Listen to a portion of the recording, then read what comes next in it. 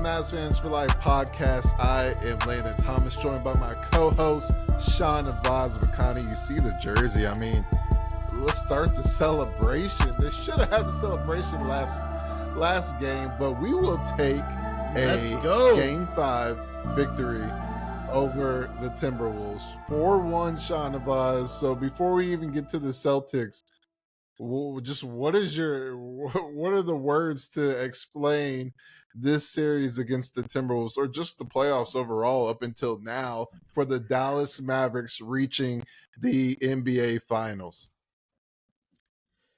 Man, I mean, it's like I said earlier, you got the two best closers in the NBA. That's it. I mean, you know what? Game 4, the Mavs struggled, and Luka and Kyrie both had terrible games. Like they both struggled from the field, and you had Karl-Anthony Towns that had the game of his life. But when push comes to shove, and you've got Luka and Kyrie playing the way that they do, and Luka's game today was absurd. He came out, he knew, he was like, I got to put these guys away. Luka came out 20 points in the first quarter, his second highest output in the first quarter ever. Last time he did that was against Golden State in Game 1 of the conference finals 2 years ago, which was the only game the only game in the conference finals the Mavs won, by the way. So Luka came out and said, I know what I got to do. I'm going to come out, I'm going to take over, and then Kyrie took over. They both, Luka and Kyrie both, your two superstars, scored 36 points apiece. 72 points for your two superstars. There you go. That's it. That's why I said the Mavericks would win. You had it better than me. I said Mavs in 7. You had Mavs in 6. Yeah. The Mavs won in 5. They did 5 games. And it could have been 4. Yep. It's insane. That's the crazy thing. It could have been 4. Yeah. Like if Luka makes that free throw, this could be a sweep. You know, and the whole premise of, look, Minnesota's a great team. Like, let's not discount them because they played well. Minnesota played well. We saw them beat the defending champs in the last round. We saw them sweep the Phoenix Suns. Like, that's not an easy task when you've got KD and Booker and Beal, regardless of how they did in the regular season. But that was also a team that was in the play-in and then pushed their way into the playoffs. So give credit to Minnesota where it's due. Like, that's a good team, but Luka has cooked Gobert in his career. You know, all this national media talk of Anthony Edwards is the next Michael Jordan, and no talk about Luka Doncic is the best player in the NBA. You can put this aside now. In my mind, Luka Doncic now has solidified himself as the best player in the NBA. Come on now. I told you. Put Jokic aside. Nikola Jokic is no longer the best player in the NBA. He is great. He is number 2. Luka Doncic is the best player in the NBA right now, bar none. And we'll see Boston in the finals in a week. Yeah, I mean, you just said it. Luka Doncic is the best player in the NBA, best player in the world right now, and he is. I mean, I thought he was last week. He's definitely cemented that title now. I mean, there's no one in the world playing better than him. And then you get the output from your co-star and Kyrie Irving, the same points. He had 3 points in the first quarter, I believe, and then the rest 33 points. I mean, that's insane. And that's what you need. That's what the Mavericks needed. They needed a guy like Kyrie to help Luka lead this team back to the promised land, and you're seeing it. I mean, there's no words that there's not enough words that I can say about Luka Doncic. I mean, he's hurt. He's still hurt. I mean, he's getting better than he was the first 2 rounds, but he's still playing hurt. Yeah. I mean, his knee is bleeding every single game, and it's incredible what he's doing no matter who he plays. I mean, you can put McDaniels on him. I mean, he still tore him apart, and that's an all defensive player. So, you know, if you get Derek White or you get Jaylen Brown, I mean, it really doesn't matter. Luka is going to get whatever he wants if he is on his game. And that's what's incredible to see, because not only that, you're seeing other players shine. And, just the outpour from the bigs. You finally have a healthy roster outside of Omax. Hopefully he gets better. Obviously, he's not in the rotation, but you want to see him get better. But, you finally have your set lineup. And then, let's be honest, you take THJ out of the rotation and everything flourishes. I mean, it's even Jaden Hardy is locked in, and that's what's incredible to see. There's so many weapons on the Mavericks team, and from this series alone, I was most impressed on how just dominant they were. That's the surprising thing. Like you said it. You said 7, I said 6. We both thought it was a long series, and you just said it could have gone 4. That's what's crazy to think about. And just the outpour of on what we saw yesterday. Is this going to be the first team who gives up a 3-0 lead, and they just come out and set the tone in game 5? Like, no, we're going to finish this right now, and you Not get even that. 5 days rest. Not even that. Before the game, Charles Barkley is like, "Oh, Minnesota's going to blow out Dallas. Like, this is going to go back to Dallas." Everybody on ESPN, look at all the YouTube clips. They all pick Minnesota to win. Nobody has faith in Luka and Kyrie. Like, you have the 2 best closers in the, and no discredit to Jason Tatum and Jaylen Brown, because they are great, and it's going to be a handful for the Mavs to figure out how to stop them. But these 2 guys, you come off of a bad. Luka Doncic leads the NBA in points per game after a loss in the playoffs at 35 a game. He put up 36 tonight. Yep.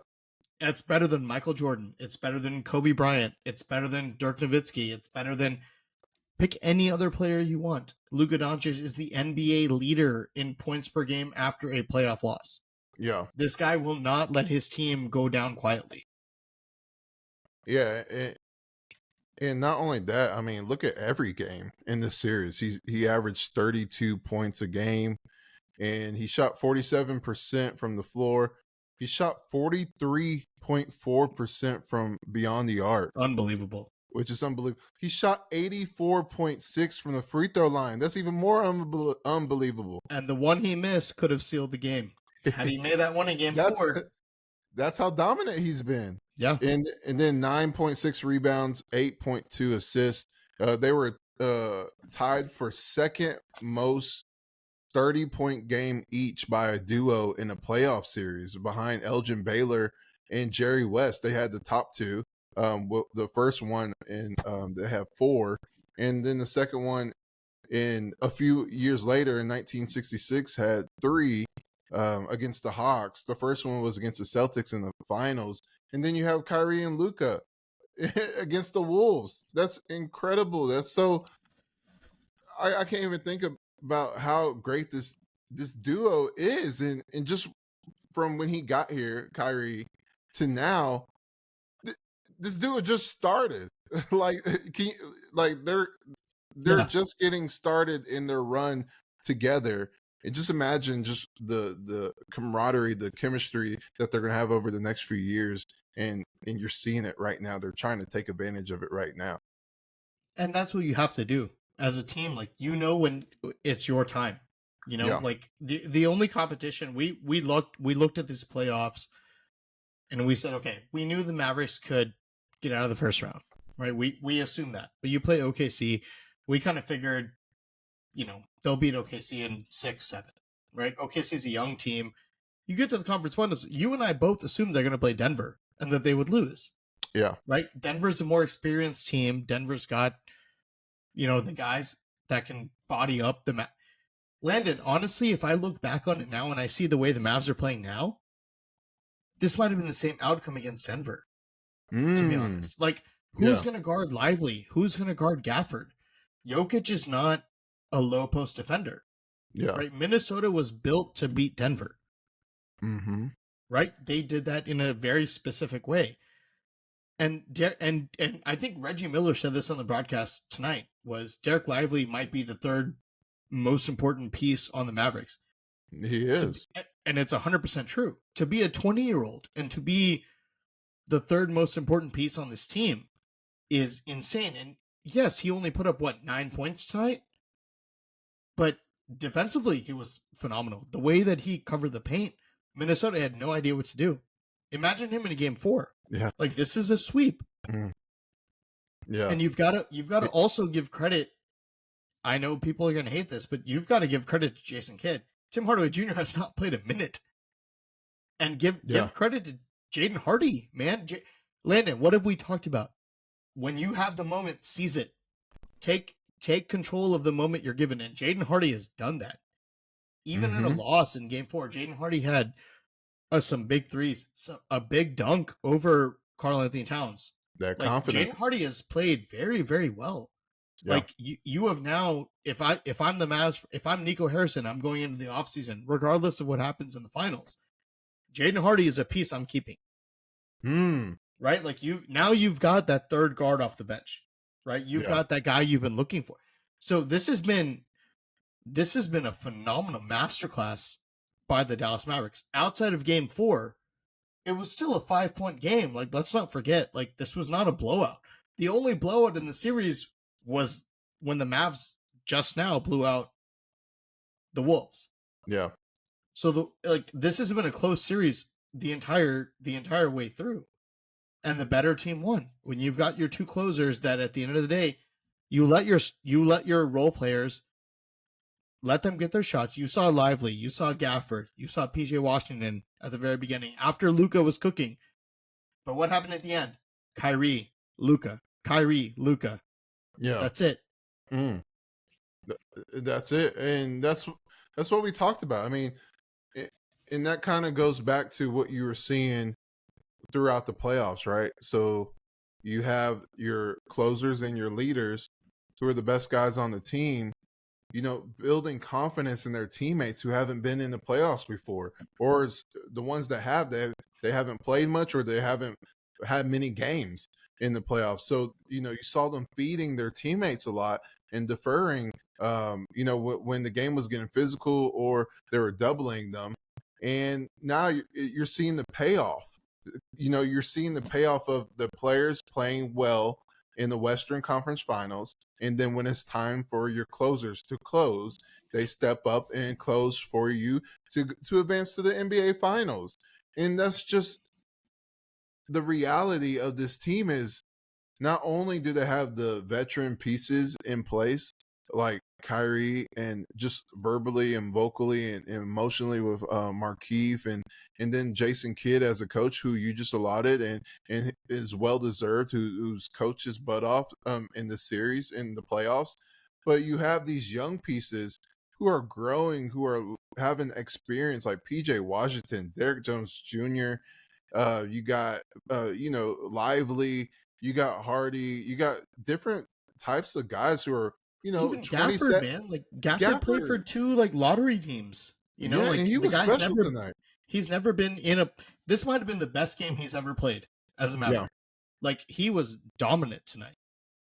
Yeah, and he's young too. He's 25. So you have these players who are 27 and younger who are getting experience in the NBA Finals in their first year all together.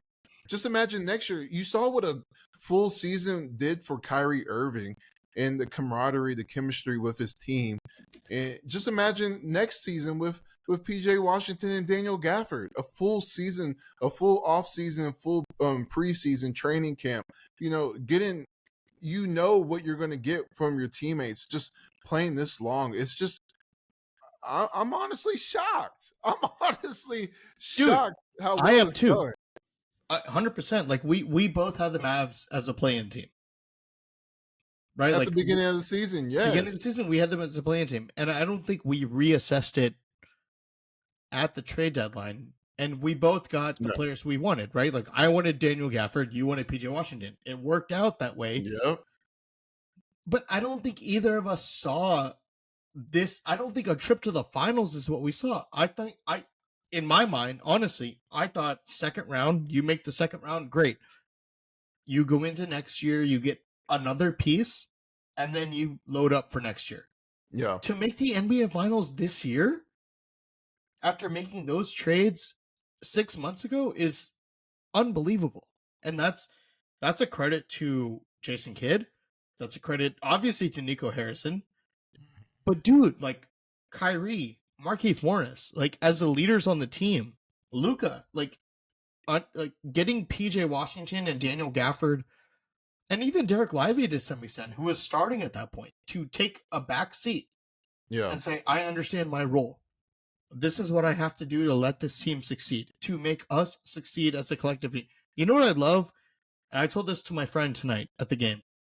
We're watching the game, and I said, the one thing I love about the Mavericks is how they huddle up after free throws, like a college team, right? If you ever watch college basketball, you see teams like huddle up and talk, you know, and the Mavericks do that, and it's like you never see that in the NBA, but that's camaraderie. Like that's Kyrie, the leader, saying, "Come here, let's talk about if we make this, what happens? If we miss this, what happens? What are we gonna do?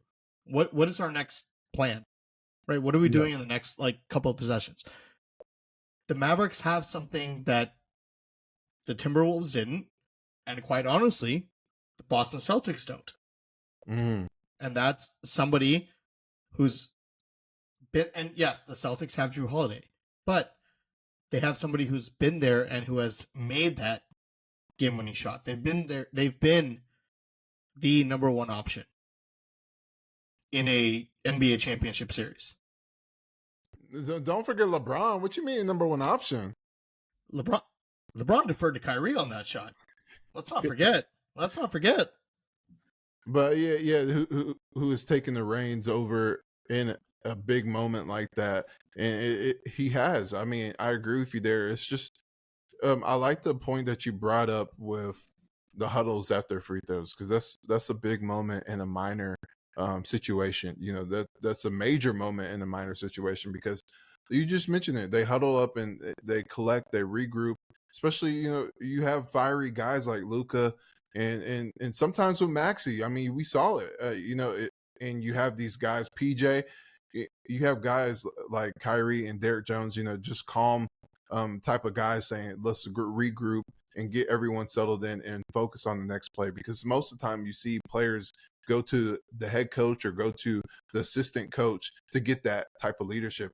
And that brings me to the question that I asked Kid, you know, a week ago or a few days ago, like, how do you balance, you know, letting your leaders lead, and how do you know when to step in and have those, you know, guidance and have those type of assistants, you know, in those type of settings?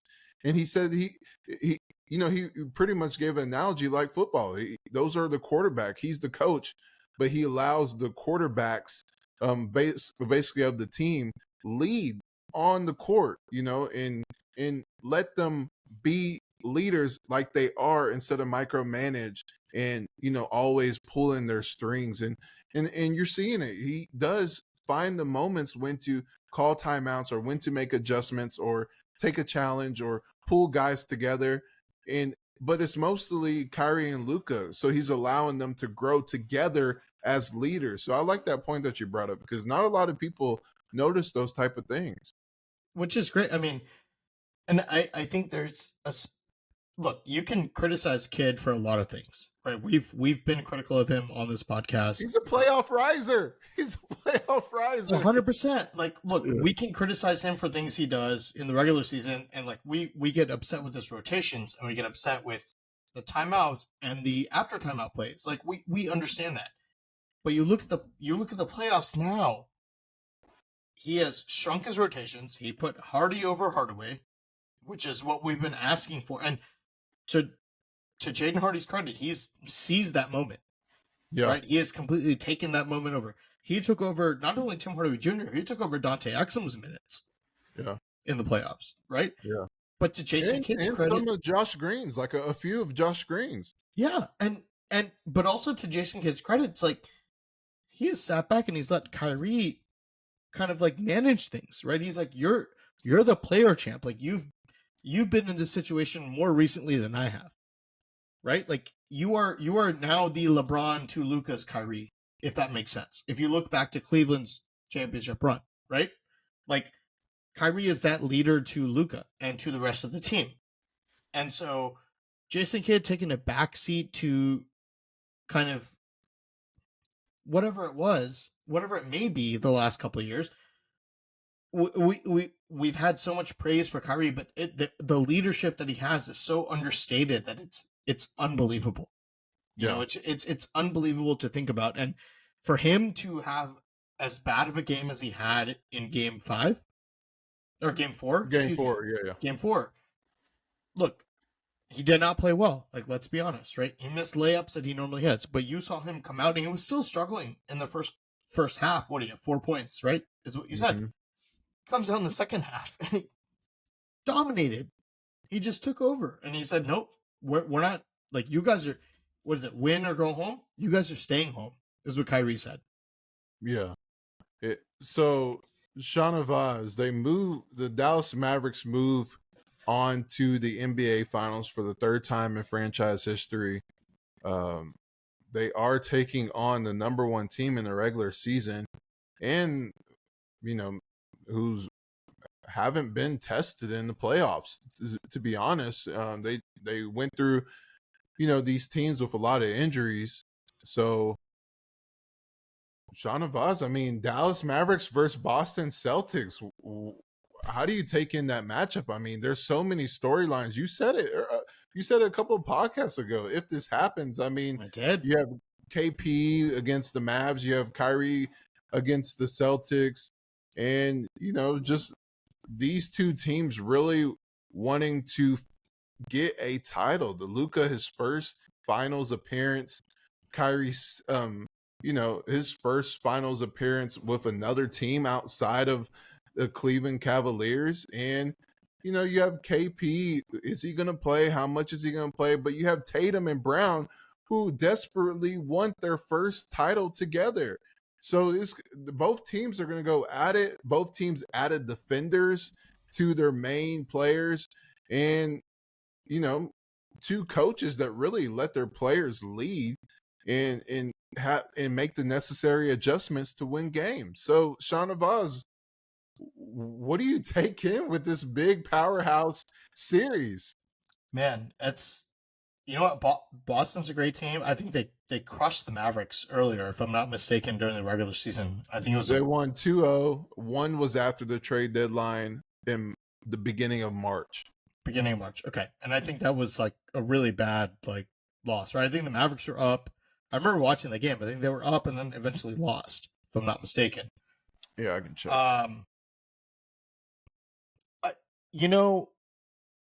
The more I watch Boston, and I sometimes it's hard to watch the Eastern Conference playoffs because everyone's injured.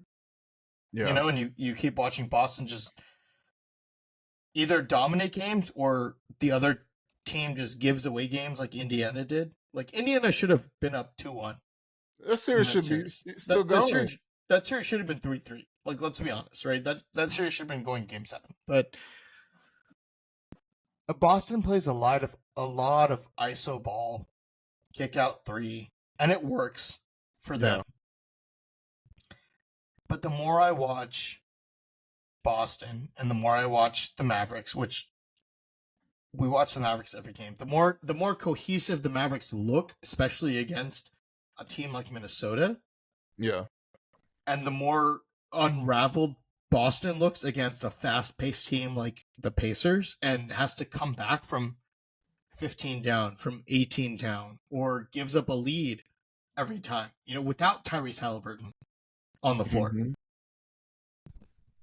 Boston, and look, Indiana plays the same way Boston does. They play 5 out. They've got Miles Turner's out shooting 3s. Like, they don't have an interior presence, and neither does Boston. Like, let's remember, Kristaps Porzingis, first off, is out, and even if he comes back against the Mavericks, which he should for game 1, he's not the low post presence he was in New York or in Dallas. Yeah. He is a outside player, which benefits Boston a little bit because are you going to put Gafford on him? Or are you going to put PJ Washington on him? Personally, I don't think Boston can cover the paint the way that Dallas can. I think Boston relies too much on the 3. I think Dallas has shown that they're a very good, not good, a very great defensive team on the perimeter, especially. Yeah. They've proved that against Minnesota because Minnesota stopped driving inside. Minnesota tried to win games by kicking out and shooting the ball outside, and they couldn't. They did it for one game, and that was it. Mm-hmm. Dallas has done a great job switching defenders and being able to force people to the baseline to go into Gafford and Lively. And I don't think Boston can defend Gafford or Lively either. They don't have the personnel to do that. They've played Eastern Conference teams that don't play that way, that Western Conference teams do. Mm. Give me the Mavericks in 6. The Mavericks are going to raise the banner again at home. For the first time at home, actually, because don't forget, last time they won in 2011, or the first time they won in 2011, was in Miami. They're going to win on their home floor this time. Mm. Dang. Okay. Okay, Shahnavaz. So,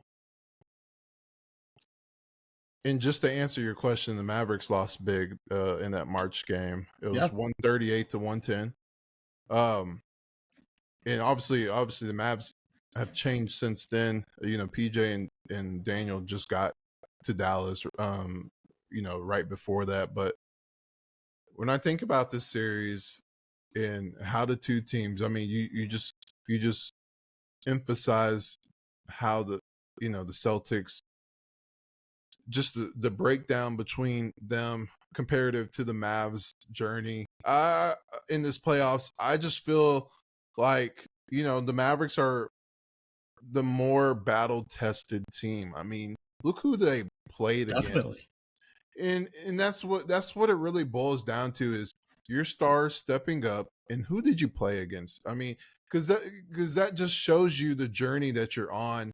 And obviously the Celtics are a incredible team, you know, the top team in the league. They're the best team in the league. And the Mavericks have to beat the best to be the best. And that's what they've done this playoffs.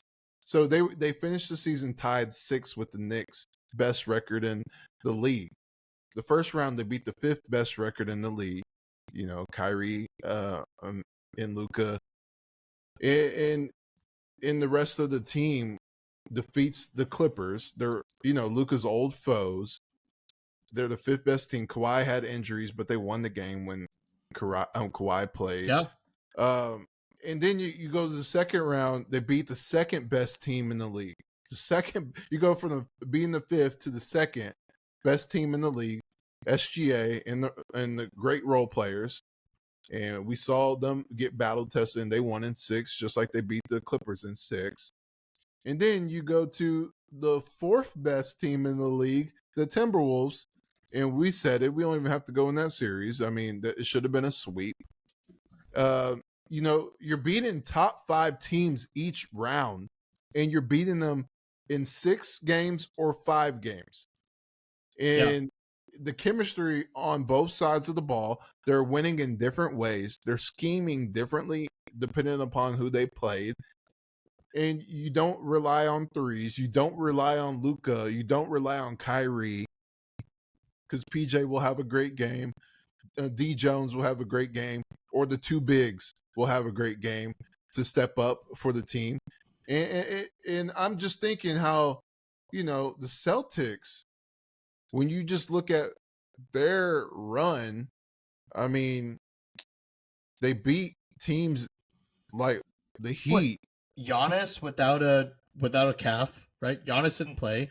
No, they didn't play. Donovan Mitchell didn't. They didn't play the Bucks. They played the Heat. No. I'm just saying within the East, right? Like the Bucks lost to the Pacers, right? If Giannis is in, the Bucks probably win that, right? Jimmy Butler's out, so the Celtics beat the Heat. Well, not only then Jimmy Butler, I mean Terry Rozier, and then their rookie, Jaquez. I mean, Jaquez. He was out, and then later in the series, and then you go to the next series, like you just mentioned, the Cavs. No Donovan Mitchell. No Jared Allen. And then you go to the next series with the Pacers, Halliburton.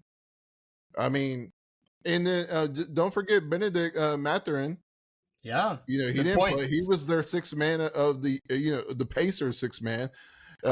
So and they weren't even top 10 teams. That's what I'm saying. They weren't even top 10 teams at the end of the regular season. The Heat were like 16th, the Cavs were like 15th, and the Pacers were like 11th. So the West was stacked, 1 through 10. With the dominance of their teams. So the Mavericks beating top 5 teams to get where they were, to beat them in 6 games or 5 games. And then you have the Pacers, they weren't battle tested, but like you said, the Pacers could have beat them. And they could have beat them in 3 games. They should have beat them. They had 2 games they should have won. Yeah. Easily. Rick Carlisle was bad during that series. If he made some different decisions, they could have won that series. But Celtics, they were getting lazy. So let's be honest, Celtics would have won that series. They were being lazy. And they were trying to coast to the finals. But let's be honest, they don't, just the mentality that we're talking about.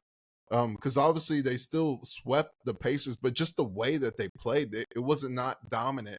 So just thinking about Kyrie and Luka, how they finish off the Timberwolves in a dominant fashion. And I just feel like the role players, they have enough to limit Jason Tatum and Jaylen Brown. I don't think the Celtics have enough to limit Luka and Kyrie. I mean, they're just dominant players the way that they played. Tatum and Brown are really good, but Derek Jones Jr. and PJ Washington, they didn't play no scrubs on the way here. Yeah. Like, SGA is not a scrub. Harden's not a scrub. Anthony Edwards, Karl-Anthony Towns, Chet Holmgren, they're not scrubs. So it's going to be interesting. Yeah, I mean, look, I think Boston, to their credit, I think has better on-ball defenders probably than Dallas does, just from the perspective of you've got Jaylen Brown, you've got Derek White, you've got Drew Holiday, who I think Drew Holiday is insanely underrated, and I think multiple. Luka's even come out and said Drew Holiday is underrated. Yeah. But the Timberwolves and Thunder had top 4 defensive teams. I agree. I think you're probably going to see Drew on Kyrie, and I think you're going to see Jaylen Brown on Luka. Right? Yeah. I think Luka's got the strength to overcome Jaylen Brown. That's what we saw in the regular season. Right. Kyrie's got the shiftiness to overcome Drew Holiday, but Drew Holiday, I'll give him credit. He's great. I think the matchup comes down to the low post, man. Honestly, I think Horford, even if Porzingis is in, Porzingis cannot guard Daniel Gafford and Derek Lively. He can't guard that. Like you're talking New York Knicks Porzingis that could do that. This is a completely different version of Porzingis who stays out and shoots threes.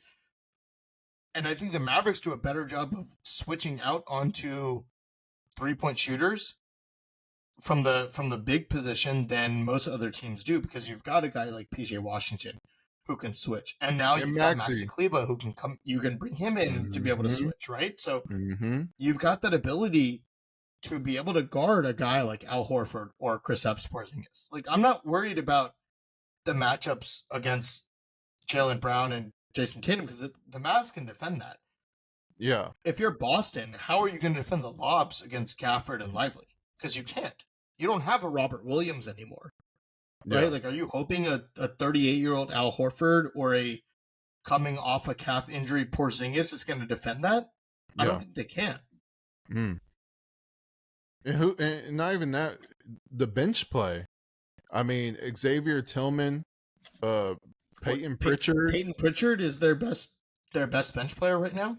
And Hauser. I mean, their bench. When you look at the Mavs, I mean, you have guys who's coming off the bench who should be starting, like Derek Lively Jr. Yep. And then you just have a good switchable big who can play small ball with Maxi, like you just mentioned. If they do throw out 4 guards and then a Horford, or 4 guards and a KP, you can have Maxi come in there and play center. You don't have to, have them play on the perimeter as much as they do. And don't forget, like, did you see how much they targeted Rudy Gobert? I mean, Luka is going to target Al Horford. He's not that, like you mentioned, he's not the Al Horford a few years ago. He's 38. He's a great player still, but Luka is going to target him and pick and roll. Oh, I think Luka's hunting KP. I think Luka's gonna hunt. Both bigs to make them play on the perimeter defense. I agree. I think Luka's hunting KP just as a just hey, we used to play together. Watch this. I mean, the Celtics are going to be hunting Luka and Kyrie too. But as we've seen in the playoffs, they've been playing great defense. So it's going to be an interesting game. I mean, it's going to interesting series. But prediction wise, I also have the Mavericks in 6. I mean, just the journey that this type of journey, this type of run. I mean, obviously, even if they lose, it's a beautiful journey that is on this team, because I thought they would be contenders next season after they make some trades in the offseason. It looks like it's expedited. So, this type of run, you don't really see much. You see more of the top teams. The Mavericks are the 2nd, 5th seed team to make the finals. Yeah. And the Celtics are the 90th first seed team to make the finals. So just like the beautiful journey of this run. And Luka and Kyrie, I honestly, even though Jason Tatum and Jaylen Brown desperately want that first title together, I do not. I'm just thinking out loud. I do not see a scenario where Luka does not get that title. Like, he is kind of crazy. Like, about in a basketball fashion, like, he is going to make sure he does everything to get that title. That's all he's been talking about since he made the NBA. We're watching the game tonight. My wife turns to me and she goes, Luka's got an attitude. And I was like, damn right, Luka's got an attitude. Luka's got to have an attitude. He called it upon himself after game 4. He said, I missed that free throw. That's on me. And I was like, you want your superstar to come out and have an attitude and say, you know what? This is my time. This is not Anthony Edwards' time. This is my time. I'm the best player in the league. Yeah. And I was like, damn right, you want your best player to have an attitude, to come out and do that. And I was like, I think Luka's going to come into the series. He's got to look. I think all the pressure's on Boston. Of course, it is. There's all this talk about Tatum and Brown, and they coasted the whole season. 7 conference finals appearances, no titles. Right? Like, you've one title appearance against Golden State a couple of years ago, right, when the Mavs lost to the Warriors. All the pressure's on Boston. They lost 2 games. Forget the Kyrie, the whole playoffs. Yeah, and let's not forget the Kyrie revenge factor against Boston. Yeah, like let's not forget how Kyrie feels against stomping on the Shamrock when he was part of the Nets. Like, he's gonna get booed like crazy every time he steps into the building. Games 1 and 2. They were chanting Kyrie after they advanced to the finals. They were saying "F Kyrie." And I will not be surprised if Kyrie in the first game or 2 goes off for 40. Would not shock me. Yeah, Kyrie is just going to hunt. Kyrie's going to hunt, and Kyrie's going to take over one of those 2 games. And you have to remember game 1 against the Timberwolves. I mean, exactly. He made a statement because he knew a lot of his teammates haven't been in that position, and and guess who were saying something about Kyrie before that series? Anthony Edwards. And now you see the fans. I'm sure he knows. I'm sure he's seen it online, or one of his close-knit guys in the circle has told him. The fans were chanting F Kyrie after they advanced to the NBA Finals. That's the first thing on their mind when you advance to the finals is Kyrie Irving. You don't hype. They were talking, I think Chuck and then we're talking about you saw what he did with Anthony Edwards. Don't push him. Don't push him. It was the same thing. Jade McDaniels, after winning game 4, said, what, we can win 3 in a row now? Yeah. And what happened? Luka came out today and said, no, you're not. You're not winning 3 in a row. You're not winning another game. Yeah. Series over. So Shahnavaz, I guess final words, Shahnavaz, what do you the game 1, June 6th, what are you looking forward to from the Mavericks? What do they have to do in game 1 to get a victory in this series? Against Boston, just keep your defensive identity. I think Dallas has done a great job of being able to switch. I think they've done a great job of forcing teams into the paint as Yeah. opposed to taking threes. Boston's not a team that, like Minnesota, where you can force a Kyle Anderson to take a three. Like all of their players are great 3-point shooters. Yeah. You've got to force them in the paint. And Yeah. Dallas has two of the best paint defenders in the league. You just got to force them baseline, force them into the paint, make them take tough shots, and you'll be good. And I fully trust Luka, Kyrie, and Jason Kidd. Yeah, I agree with you, and I want to see, just their leaders and their closers set the tone again. Because the finals are different, and you're playing the best team in the league. Obviously, they beat 3 top 5 teams in the league, but Boston's been the number 1 team all season, and you kind of have to, like you said, there's not many weaknesses in that team, so you have to treat every game like it's a closeout game, or it's an elimination game. Like you have to have that same mentality each and every game in this series. You can't see how they're going to hit you first and then adjust. Like you're going to have Luka and Kyrie set the tone right away. Get PJ involved, make sure he's good so he can help you out in games 2, 3, and 4, and just make sure that you show no mercy and you hit them first, because that's the way you can win this series. Obviously, we think they will win this series from what we've seen in the past 3 rounds, but just you want to see them start right away like they did the Timberwolves series, because that really set the tone. That defeated the Timberwolves, honestly. It brought down their confidence until game 4. So you want to see the Boston actually get tested in the playoffs. They lost 2 games, 4-1, 4-1, 4-0. So you want to set the tone right away and make them adjust. So Shahnavaz, wow. The Dallas Mavericks reached the NBA Finals. In the first season Luka and Kyrie are together. It's been an incredible run. I wish we could.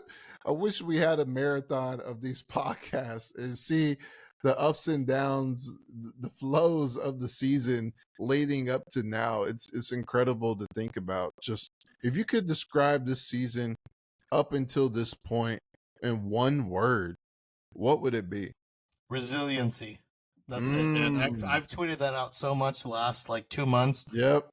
This team is so resilient. It's unbelievable. I mean, and you couldn't have said it before the trade deadline, to be honest. I mean, after February, this team has just been, it doesn't matter what they're faced with. It doesn't matter what deficit they have.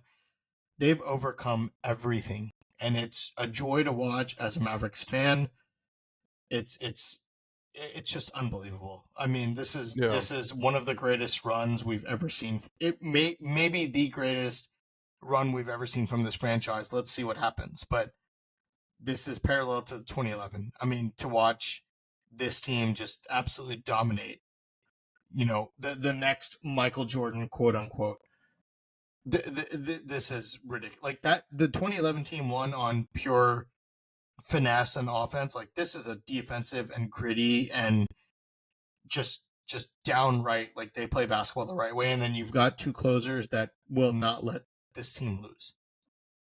Yeah, they've got 2 guys that just will not be defeated, and that is what you need going into a finals. And to sit here and say, in a week from now, the Dallas Mavericks will have played in the NBA Finals after where we started the year, is miraculous. So hats off to the front office for making those trades. Hats off to Jason Kidd. Hats off to Luka, Kyrie. That's a lot more than one word, but resiliency that's like 100 words.